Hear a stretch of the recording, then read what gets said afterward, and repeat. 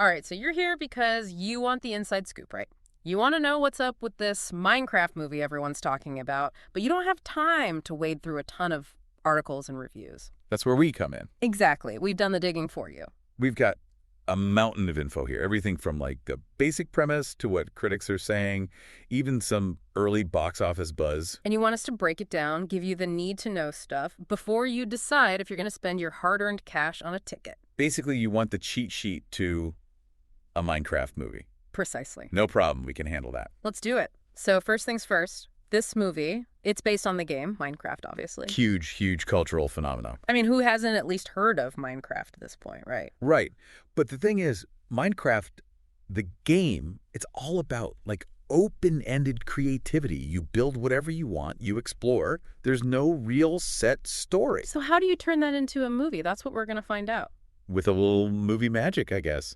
From what we've gathered, the movie's about these four ordinary people who get, like, sucked into the world of Minecraft. Imagine 1 minute you're just going about your day. The next you're surrounded by, like, blocky trees and pixelated sheep. Yeah, it's that whole blocky aesthetic, everything made of cubes. And they have to figure out how to survive, how to use the resources around them, just like you do in the game. So crafting is a big part of it. Oh, absolutely. They got to mine materials, build shelter, the Minecraft basics. But they're not totally on their own, right? There's this character, Steve, who's like a Minecraft expert. Yeah, he's the one who knows the ropes, the guy who can help them navigate this crazy world. And get this, Steve is played by Jack Black.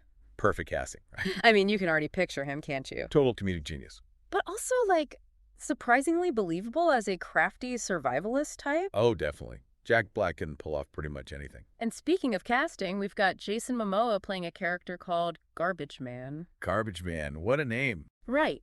Makes you wonder what his deal is. Yeah, is he like literally a garbage man who gets transported?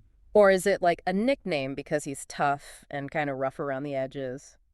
I guess we'll have to wait and see. The descriptions we've seen say he's a brute with a good heart, which, that's classic Momoa. Yeah, he's got that whole tough guy exterior, but deep down he's a softie. Exactly. And then there's Jennifer Coolidge playing Vice Principal Marlene.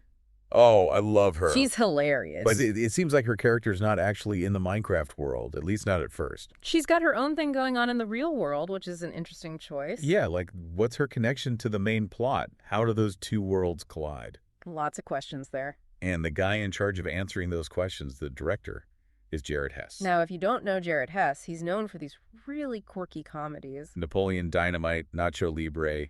Those are some of his big ones. So we're expecting some offbeat humor, right? Definitely. Yeah. A lot of visual gags, awkward situations, maybe a bit of dry wit thrown in there. Which could work really well with the whole Minecraft setting because it's already kind of a strange, surreal world. Exactly. But some early reviews have said that the humor feels a bit forced at times. Yeah, like they're trying too hard to be funny instead of letting the humor come naturally from the situation. And a few reviewers even mentioned that the characters feel kind of underdeveloped. Like they're not really fleshed out, they're just kind of there to deliver the jokes. Which is a shame because with actors like Momoa and Black, they could bring a lot of depth to their roles. Right, they're not just comedic actors, they can do drama too. So hopefully that's something they address in the final cut of the film. Now let's talk visuals. One of the biggest challenges with adapting Minecraft has to be like, how do you make those blocky graphics look good on the big screen? I mean, it's a very distinctive style, but it's also very, very simple. Yeah, everything's just squares and rectangles. But from what we've heard, they've done a really impressive job of bringing the Minecraft world to life. They've stayed true to the blocky aesthetic, but they've also added some cinematic flair, Like the lighting is really dynamic, and they've used some interesting camera angles to give the scenes more depth. And they've even incorporated some of the game's physics into the action sequences. Like imagine a minecart chase scene, but with all the jerky movements and sudden stops that you get in the game. That could be really cool. And the environments are supposed to be super detailed. Like they've really gone all out with the textures and the little detail. It's not just a bunch of flat, boring blocks. No, it actually sounds visually stunning. And the tone, what's the overall vibe of the movie? From what we've gathered, it's definitely family friendly. So think adventure, humor, some heartwarming moments, maybe a little bit of action. But like we mentioned earlier, the humor is a bit hit or miss, depending on who you ask. Yeah, some people love it, some people find it annoying. And the pacing has been described as a bit uneven. Like, it starts off strong, then kind of meanders in the middle, and then picks up again towards the end. Which, that can happen with video game adaptations. They're trying to cram so much into a 2-hour movie. Right, they're trying to hit all the major beats, all the iconic locations. But sometimes it feels like they're just checking boxes instead of telling a cohesive story. And what about the themes? Minecraft is a game about creativity, exploration, building things, overcoming challenges. Are those themes present in the movie? They are, but some reviewers have said that they feel a bit underdeveloped. Like they're there on the surface, but they're not really explored in any meaningful way. Which is a shame, because those themes could really resonate with audiences, Yeah. especially younger viewers. Yeah, Minecraft is a game that can teach you a lot about problem solving, resourcefulness, perseverance. It would be great if the movie could tap into that a bit more. Now, let's talk about the whole fan versus newcomer thing. Because you've got people who are diehard Minecraft fans who've been playing the game for years. And then you've got people who've never even touched the game, who are just going to the movie because, it's a big summer blockbuster. So how do you make a movie that appeals to both groups? That's the million-dollar question, right? From what we've seen, they've tried to strike a balance by including a lot of little Easter eggs for the fans. Like you might see a creeper lurking in the background, or hear the familiar sound of a villager. Or they might show a crafting recipe that players will instantly recognize. But at the same time, the core story is supposed to be accessible even to people who don't know anything about Minecraft. It's basically a fish-out-of-water story about these people who are thrown into a strange new world and have to figure out how to survive. That's a concept that anyone can relate to, whether you're a gamer or not. All right, so we've talked about the plot, the characters, the visuals, the tone. Now, the big question, is it any good? What are the critics saying? Well, the reviews are kind of mixed, to be honest. Not a total disaster, but not a universal masterpiece either. Exactly. A lot of critics have praised the visuals, which we already talked about. They say it's a really faithful adaptation of the game's aesthetic, but also very cinematic and impressive to look at. And the performances from Momoa and Black are getting a lot of positive attention. Their chemistry is supposed to be really great. They bring a lot of humor and energy to the film. But the main criticisms seem to be around the story and the characters. Some reviewers felt like the plot was too thin, that it didn't really have much depth. And they felt like the characters weren't fully developed, that they were just kind of there to move the plot along. And as we mentioned before, the humor hasn't landed for everyone. Yeah, some critics found it forced or out of place.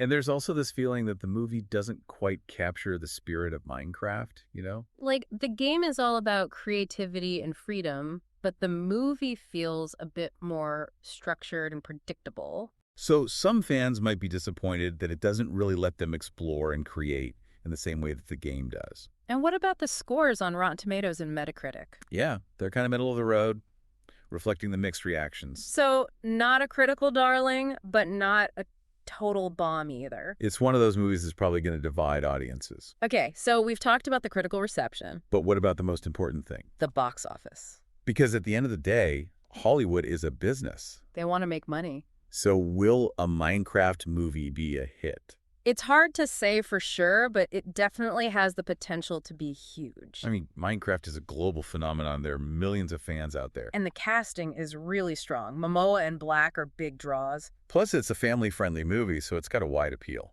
But on the other hand, video game adaptations have a bit of a mixed track record. Some of them have been great, some of them have been terrible. So it's really a wait-and-see situation. We'll have to see how audiences react, how word of mouth spreads. But one thing's for sure, people are talking about this movie.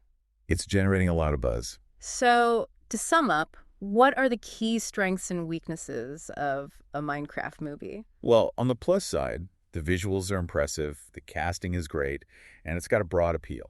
But on the downside, the story and characters might feel a bit thin, the humor is divisive, and it might not fully capture the magic of the game. So it's a bit of a mixed bag. Exactly. But ultimately, whether you enjoy it or not is going to come down to your personal preferences. Are you a Minecraft fan? Do you like Jared Hess's style of humor? Are you looking for a deep, thought-provoking film? Or are you just looking for some fun, lighthearted entertainment? Once you answer those questions, you'll have a better idea of whether this movie is for you. And that's what this deep dive is all about, giving you the information you need to make an informed decision. So there you have it, folks, our take on a Minecraft movie. We hope you found it helpful. And if you did, be sure to check out our other deep dives on all sorts of topics. We're always digging into something new and interesting. So until next time, keep exploring, keep learning, and keep playing Minecraft. Maybe we'll see you in the overworld sometime. That's right. And maybe, just maybe, we'll bump into Jason Momoa and Jack Black while we're there. Now that would be a story for the ages. All right. That's it for us. Thanks for listening. See you next time. Bye. Today is your lucky day. Today is the day that our $3 website works for you, paying you directly to your PayPal daily. Imagine $3 ongoing continuous payments to your PayPal account. Imagine falling asleep and waking up to $300 in your PayPal account. How would this make you feel? How could this help you? What bills could you pay? What kind of fun could you have? What does that retirement look like now? All for a one-time payment of $3. This website is DFY done for you, fully built and completely hosted, and never stops collecting payments for you. You have spent $3 on coffee on a regular, but that coffee won't help you create multiple streams of income. Click the link below.